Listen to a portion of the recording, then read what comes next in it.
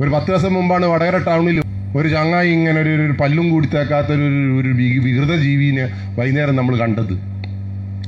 പോലീസിന് എപ്പോഴും, ഞാൻ പറഞ്ഞല്ലോ, പോലീസിന് എപ്പോഴും ഒരു സംശയ ദൃഷ്ടി ഉണ്ടാവും. പോലീസ് ഇങ്ങനെ വരുന്നുമ്പോൾ നമ്മൾ വിചാരിച്ച ഒരു MDMA കാരനാണെന്ന് വിചാരിച്ചേ. അവൻ്റെ പുറകെ ഇങ്ങനെ നോക്കി ഓനെ പിടിച്ചപ്പോൾ അവനോട് ചോദിച്ചു, നീ എവിടുത്തുകാരനാന്ന് വെച്ചപ്പോൾ പറഞ്ഞു, മലപ്പുറത്താണ് ഞാൻ ബാംഗ്ലൂരിൽ പഠിക്കുന്നു, ജോലി ചെയ്യുന്നു. എങ്ങനെ ഓർക്കാട്ടിലെത്തി എന്ന് പറഞ്ഞപ്പോൾ ഇൻസ്റ്റഗ്രാമിലൂടെ ഏറാമല പഞ്ചായത്തിലെ 9ാം ക്ലാസ്സുകാരുടെ വീട്ടിൽ വന്നവൻ അവൻ. ഇന്നലെ രാത്രി 10 മണിക്ക് ആ 9ാം ക്ലാസ്സുകാരുടെ വീട്ടിൽ കയറി കൂടിയ ചങ്ങാതി ഇന്ന് രാവിലെ 4 മണിക്ക് ആ വീട്ടിൽ നിന്ന് ഇറങ്ങി വന്നിട്ട് ആ 9ാം ക്ലാസ്സുകാരുടെ അച്ഛനും അമ്മയും അറിഞ്ഞില്ല പോലും. നമ്മളെ ഈ ഇട്ടാവട്ടത്ത് നടന്ന സംഗതി ആരെ വീടാന്നൊന്നും ഞാൻ അറിയില്ല. ഇടയ്ക്ക് നിങ്ങളെ വീട്ടിൽ തന്നെയായിരിക്കും, ഇടയ്ക്ക് എൻ്റെ അടുത്ത് തന്നെയായിരിക്കും. എൻ്റെ അടിയുണ്ട് 8ാം ക്ലാസ്സിലൊരു പെണ്ണ്. രണ്ടാമത് പിറ്റേ ദിവസം, ആ ദിവസം കഴിഞ്ഞു, ഓനെ പിടിച്ച് നമ്മൾ വേണ്ട പോലെ ചെയ്ത്. രണ്ടാമത്തെ ദിവസം നോക്കുമ്പോൾ നമ്മൾ ആറാമല വൈക്കിലിശ്ശേരി റോഡിലെ പള്ളീൻ്റെ മുമ്പിൽ ഇതേപോലത്തെ വേറൊരു അവതാരം. ഓനോട് ചോദിച്ചു, പ്രഭോ അങ്ങ് എവിടെയാണ്? പ്രഭോ പറഞ്ഞു, ഞാൻ ഇൻസ്റ്റഗ്രാമിലെ പരിചയപ്പെട്ട 10ാം ക്ലാസ്സുകാരുടെ വീട്ടിലേക്ക് വന്നതാണ്, വൈക്കിലിശ്ശേരിയാണുള്ള വീട്.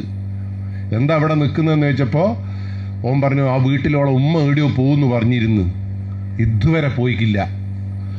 ഉച്ചക്കേ ഞാൻ നിൽക്കുന്നു, അതുകൊണ്ട് ഞാൻ ഉമ്മ പോകാൻ വേണ്ടി കാത്തു നിന്നു, ഉമ്മയാണെ പോകുന്നുമില്ല. അപ്പോൾ പോലീസ് ആ ഫോൺ വാങ്ങിയിട്ട് അവനെ വിളിക്കുന്നത് പോലെ ആ പെണ്ണിനെ വിളിച്ചപ്പോൾ ആ പെണ്ണോട് പറഞ്ഞു, ആ പെണ്ണ് പറയാ, ജന്തു ഉമ്മ പോകുന്നുമില്ല, കുരിപ്പ് ഇങ്ങനെ നിൽക്കുകയാണ്. അപ്പോൾ ഉറപ്പിച്ചിട്ടല്ലേ ഞാൻ എന്നോട് പറഞ്ഞത്.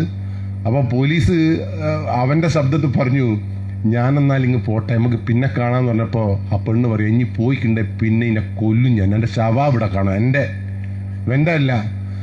അപ്പോൾ ഈ ചെക്കനെ വീട്ടിലെത്തിക്കേണ്ടത് ബാധ്യത ആർക്കാന്ന് അവൾ പറയുന്നത്? നിങ്ങൾ വിചാരിക്കുന്ന ആൺകുട്ടിയേക്കാൾ കൂടുതൽ ഭീകരി ഈ ലോകത്ത് പെൺകുട്ടിയാണ്.